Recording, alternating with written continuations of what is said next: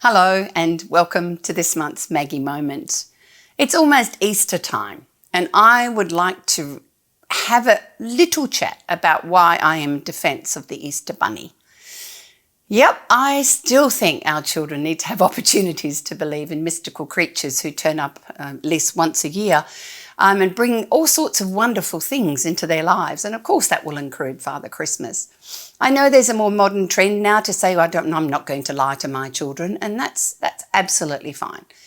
For the rest of you, I'm going to say what happens when we have something like this, where it is about the imagination, particularly the imagination that we weave into our family life around our young children, that they get excited about it. Now, I'm sure those of you who have had Easter Bunny when you were a child, very few of you were ever scarred by the experience. And the day when you realised maybe it wasn't real, it might have been a mild disappointment. And that's kind of where we go from being a child into the emerging adult, where we have to realise that some things aren't real.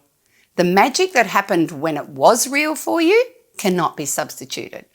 I have got 4 sons who are now very grown up. I do remember that we often caught up with my sister for Easter, and that meant 8 of us all together, all their kids. And the Easter egg hunt was just this massively hilarious thing where they tumbled over each other and dive bombed and stole each other's eggs. It was just a massive set of giggles, and they did that over a number of years.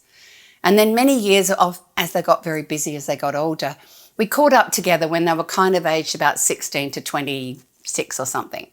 And we were in this wonderful place, and my sister and I went out and put the eggs out there and hid them. And we came in and said, oh, the eggs are ready. And they all went, a couple of them, particularly my oldest son, went, bit over that, aren't we, Mum? And then within seconds, they were up racing for the door, racing for the garden. And absolutely the same thing happened as had happened all those years before. So the child within them was still there. And it still meant something. So again, when we actually try and over-rationalise things to children too soon, I think we take away the joy of living as a child. Our kids are meant to be kids. They're meant to enjoy puddles. They're meant to enjoy eating things that taste delicious.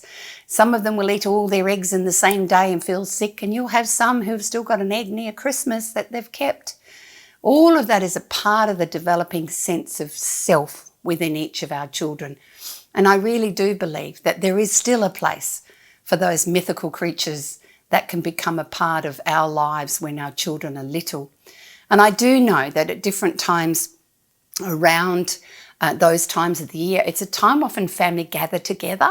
So again, when it's built on traditional memories, traditional meals, traditional happenings, quite often Easter used to be around holiday time, so we were often camping.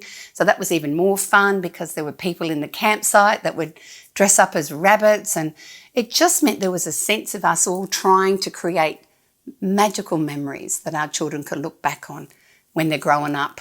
Mine, when they grow up and become hairy and leave home, there's a part of them that still remembers being that child. And guess what? If they have the gift of becoming a parent, I know that would they like to repeat that? Possibly. So again, it's that choice you're going to make in your life, but I'm all in favour of the Easter Bunny. So I'm hoping those out there who meet together with family this Easter have a good one, and the rest of you just enjoy the best chocolate possible if you can. And that's all for me today.